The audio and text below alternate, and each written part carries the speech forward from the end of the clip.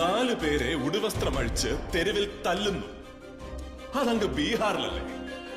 മാംസം കടത്തിയതിന് ഒരാളെ ആൾക്കൂട്ടം തല്ലിക്കൊല്ലുന്നു. അതങ്ങ് യുപിയിലല്ലേ?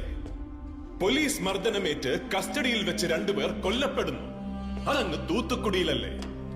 വിഷപ്പടക്കാൻ ഭക്ഷണം മോഷ്ടിച്ചതിന് ഒരു ആദിവാസി യുവാവിനെ കൂട്ടം കൂടി തല്ലിക്കൊല്ലുന്നു.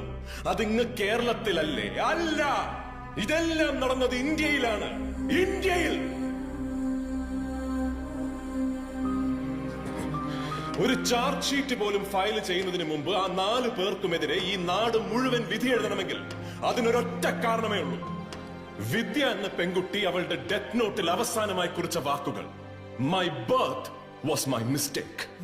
ഈ രാജ്യത്ത് ഈ വ്യവസ്ഥിതിയിൽ ജനിച്ചു പോയി എന്ന ഒറ്റ തെറ്റ് മാത്രമേ അവർ ചെയ്തിട്ടുള്ളൂ, your honour. Their birth was indeed their mistake. And finally, after all this,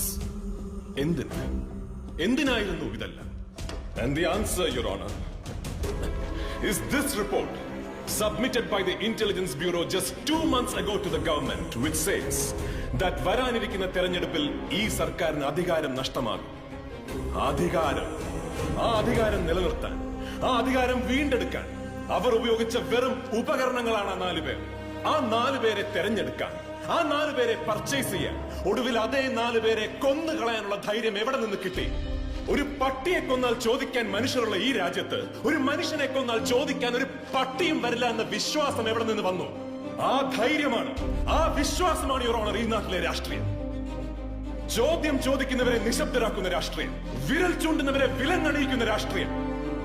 പക്ഷെ എത്ര നിശബ്ദരാക്കിയാലും, ഏത് തുറങ്കിലടച്ചാലും ചോദ്യം ചോദിക്കുക തന്നെ ചെയ്യും. ഉത്തരം തന്നേ പറ്റൂ. കാരണം ഈ രാജ്യം ഒരുത്തന്റെയും തന്തയുടെ വകയല്ല. ഇത് നമ്മുടെ രാജ്യമാണ്, നമ്മുടെ.